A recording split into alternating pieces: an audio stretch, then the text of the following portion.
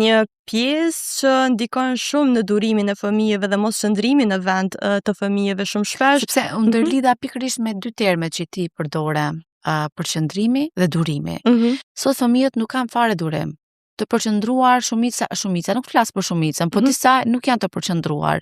A do thotë kjo sepse ata i atakojnë ose përplasen me rrjetet sociale, rrinë aty në telefon, në videolojra, në lojrat e tyre që i tërheqin ata dhe i bëjnë më të bukura për t'i ndjekur dhe për t'i parë deri në fund. Fatkeqësisht ditëve të sotme kontakti i parë që po kanë fëmijët me botën janë ekranet, domethënë teknologjia, televizori, telefoni dhe të ngjashme, tabletët dhe të ngjashme. Arsyeja pse shumica e fëmijëve sot, nëse mund të themi, nuk kanë durim dhe nuk kanë përqendrim, një ndër arsyet kryesore është përdorimi i tepruar i teknologjisë, koha e gjatë që qëndrojmë para ekraneve. Dhe si mund ta shpjegoj këtë gjë, për shembull, lëvizshmëria e madhe e skenave që është nëpër filma për fëmijë, nëpër filma vizatimor për fëmijë që është tashmë në këngë për fëmijë, i njohim këngë që fëmijët i shikojnë tash, janë Cocomelon, janë filma vizatimor, janë Baby Shark dhe të ngjashme.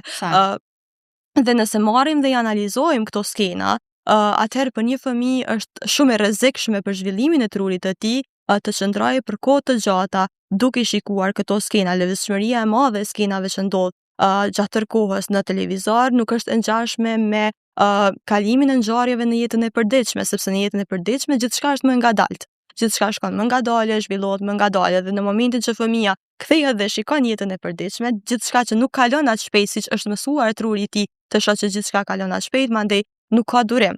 Këtu vjen në pa edhe mungesa e përqendrimit, mungesa e durimit dhe të ngjashme. Prandaj durimi dhe përqendrimin e fëmijëve në masë të madhe është duke prekur përdorimi i teknologjisë dhe prandaj prindërit duhet të largojnë sa më parë fëmijët e tyre, sidomos në moshën kritike të zhvillimit të fëmijëve. Në moshën 0 deri në 3 vjeç është moshë kritike e zhvillimit të fëmijëve, zhvillimit të trurit të tyre, zhvillimit kognitiv, zhvillimit gjuhësor dhe zhvillimit fizik.